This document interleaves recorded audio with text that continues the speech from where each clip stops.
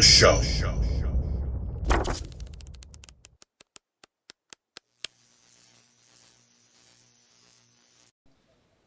Hey yo, back again. Second video today, and there's a reason for that. I'm behind. I wanted to do the Friday video. I know it's Sunday, but as I've said other times, Alan on Comic Collector Geek, he does a Friday challenge every Friday, and if you want to, you can participate. And it's usually top ten, some type of comic. He'll have a theme. This week is right up my alley. It's 10 scary covers. And if you look around my comic room, I have a lot of scary stuff. I left a lot of the stuff off, like that I've shown many times. The stuff on the back wall and some of the other horror stuff. I wanted to focus on things either that maybe I've only shown once, or maybe I haven't shown at all. And the things are maybe like more uncommon, or maybe people don't know about. Some of these everyone knows, or some of these a lot of people know about if you're into horror comics and into golden age horror. But I kind of wanted to even throw in two or three that maybe Alan's never seen. I don't know if Alan even watches these, to be honest with you. But if somebody does see a lot of like these horror titles. Sorry, I'm trying to adjust the camera here a little bit better. That they would, yeah, still with the t-shirt, man. I don't know what's going on with these. That they would see things that maybe they haven't seen before, or have rarely seen. So, yeah, top 10 covers, scary covers, scary comics that have scary covers. And I'm going to start off, and I'm going to be breaking a rule because it's not a comic, it's a pulp, but it's worth looking at because it is a horror cover from 1938. So this is like, technically, this is before there were scary covers, supposedly, but not in this case. So this is Amazing Stories from November of 1938. These are not numbered, but you could see the guy with this strange camera type thing and pointing it at the other guy and disintegrating him from the feet up. So this is fantastic. It's fantastic because of its age and that it exists still, even though it's a pulp. It's still here. It's from 1938, and it's got this crazy horror cover that belongs in the heart of pre-code horror. I mean, that's, if you had that cover on a 1953 or 1954 comic, from one of the bigger titles, that would be a very expensive comic. But here it is. It's a pulp, so lesser known, but fantastic. So wanted to show that one. I think I've shown that one before, but here's another one I've shown before, and it is a classic cover. This was used in, I believe it's Seduction of the Innocent. Either Seduction of the Innocent or the Senate hearings, but I believe it was Sodi. It looks like it's in great shape, but it's not as in as good a condition as you think, because this has been restored. But yeah, this is Tales from the Crypt number 40, the classic diver encountering the zombie in the clam underwater. This has been trimmed. The top has been trimmed, and there is something on this, like some type of a restorative substance. Like, it's almost like a waxy feel, like when you run your hands across the cover. I'm not sure what it was, but it looks like it's in great shape. I mean, you look at that, you'd be like, "Wow, holy cow! How did you?" But it has absolutely been restored. Next, as I've said many times, I collect Witch's Tales. I'm trying to get the entire run of Witch's Tales. Some are graded, some are not. This is one. It's like there's a page missing out of this, and cover is completely detached, so it's not worth grading. But one of my favorite covers, and it's the demon. It's almost like Asian demons or something, like Chinese demons or something, And the one guy, and he's helpless. He's in bondage here, and the girl is passed out, and she's about to be dunked in the boiling water or oil. I mean, it's on fire, so I guess it's oil.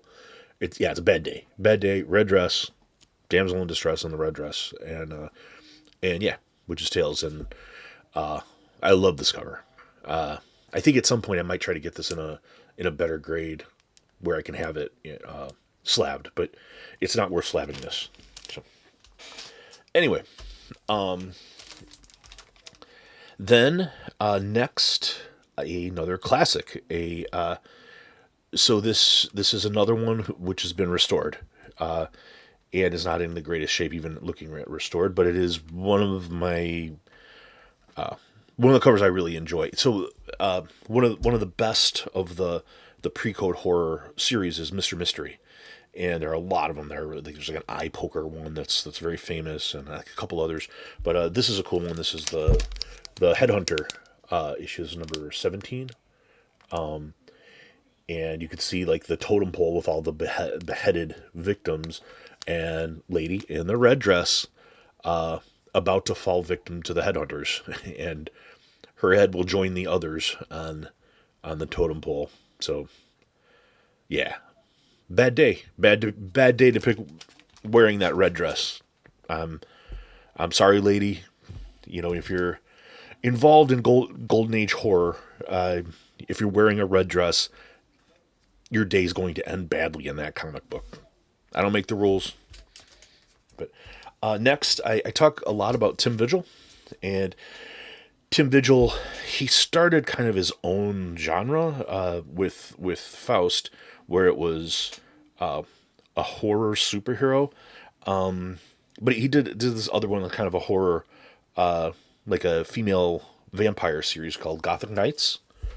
And yeah, Tim Vigil, really graphic, really, that, like, 90s into the early 2000s, Tim Vigil did a lot of this. And so yeah, the female vampire has her male victim and in some weirdo lab with all this stuff in it. Yeah. So it's kind of a switch here. The female vampire with the male victim and the lab and the skull with all this stuff in it up here, and the various liquids and the books of the occult on the bottom there and stuff. So yeah, I thought it was worth showing this. I think I've got number 1 and number 2 of Gothic Knights. I don't know if there are more of those. So next is an underground comic, and this is from the 70s. I don't remember exactly when, but it looks like a pre-code horror, but it's not. It's from the 70s. It's an underground comic, and it's gained a little more notoriety recently. I've heard these sell for a lot of money now if you can get it in a good grade, and I have it in kind of a good grade. I might send this to my man Ron to get pressed. But this is Two-Fisted Zombies.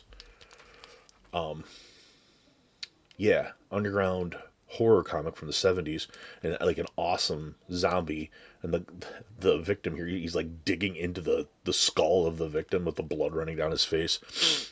This is fantastic. Again, if this were Golden Age, this would be a very, very famous cover. But underground in the 70s, it's not as famous. People don't pay as much attention to this era, although they should. People should be paying attention to underground comics. But I love this one, and I think that as more people discover this, I think that this is going to be something that more people want. Next is something super weird. I just saw somebody selling this on eBay, and I was like, what is that? And this is, this is from September of 1970, and it's a magazine, comic magazine, but it's called Terror Tales. But look at this.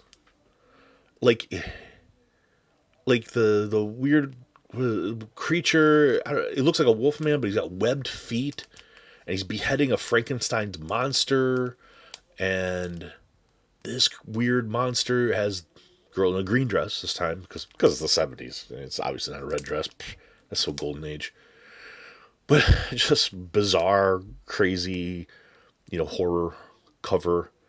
And I don't know why he's beheading the Frankenstein's monster. That makes no sense to me. I don't know what the story is, but whatever's happening here, it's not going to end well for her. That's what we know. So, anyway, yeah, Terror Tales. No idea. Never before I saw it on eBay. I never knew that existed. Then we'll get to a more famous one. One that, I mean, if you collect Golden Age horror, you probably know about this one. Chamber of Chills 13, kind of a famous cover. But the dude being drugged down into the grave with the multiple zombies down in the grave, and like wormy things crawling out, and yeah, yeah, it's an Al Avison cover. But yeah, I think this is. I mean, there are several Chamber of Chills that are very famous. This isn't like one of the most famous, but this is. Most people know about this if you collect Golden Age horror, and I just, I was looking for some. I was like, oh yeah, I haven't shown that in a while. Why don't I show that one? And last is a comic I knew nothing about until I saw it on. Oh, this isn't last. I'm sorry. I have one more after this. This is a comic from 2017 that I didn't know about, and I got this on an auction on Comic Link. Again, this was another one of these where, like if you cruise these auction sites where you're looking for auctions that are ending, sometimes you can find wild stuff that no one bid on. No one bid on this. I was the only person to bid on this. Right at the end, I just threw a bid on it, and I think I won it for like, I don't know, it was like $15 or something like that for a slabbed comic, and it is called Blood Blister #1 from 2017. It's a CBCS slab and a 9.8. But check that out. The guy's face with all the worms and bugs and demons and all sorts of things crawling out of his face. And it's like, what is that? I've looked this up, and this is a variant actually of this cover. The black and white one is a variant, and I don't think people knew about this, but look at it's got a CBCS thing on it. So this was like it was made. I guess this version was specifically made to be slabbed and sold by as a CBCS variant. But fantastic horror cover, especially for a more recent horror cover. Again, absolutely cool. And then last is a very, very famous cover. And this is, you can look at this cover two ways.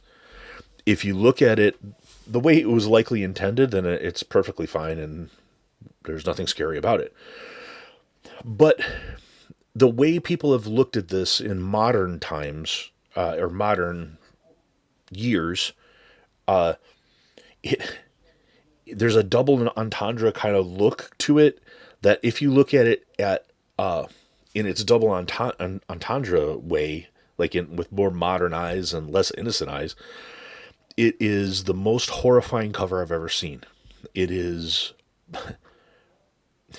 it's absurd and like kind of funny to think but it's also like, if you really consider it, it's not funny at all. Like if you consider the way our twisted minds are in 2025. And it is Action Comics number 457. The very classic cover, but Superman and a dying witch know your secret identity, and Clark Kent, it's a lie. So, like the way this is intended, there's nothing wrong with this. But the double entendre view of this, the way you see this, again, with more mature eyes, is horrifying. This looks like Superman is about to bugger a child. That's like what it looks like, even though I hope that was never intended with this. But if you look at it in that sense, it's terrible. It's absolutely terrible. So yeah, this is the scariest cover I've ever seen. Like, more scary than any actual horror cover that's ever existed. Anyway, those are my submissions. If you want to submit 10 of your own, do the tags that I have tagged in here. Tag Alan's channel and the top 10 challenge, and yeah, I mean, any of us that are looking at these will probably look at your video. And if you want to tag me too, I'll be happy to watch your video. That's it. That's it for the second video of the day. Yeah, thanks for watching. Please subscribe if you're not subscribed. If you like and comment, I always respond to my comments. Yeah, again, hope your weekend is ending up well. I hope you're doing well. I hope all the people in your life are doing well. Thanks for watching. There'll be more videos coming shortly. I got a lot of ideas, and a lot of comics coming this week. So, yeah. All right. Talk to you later, buddies.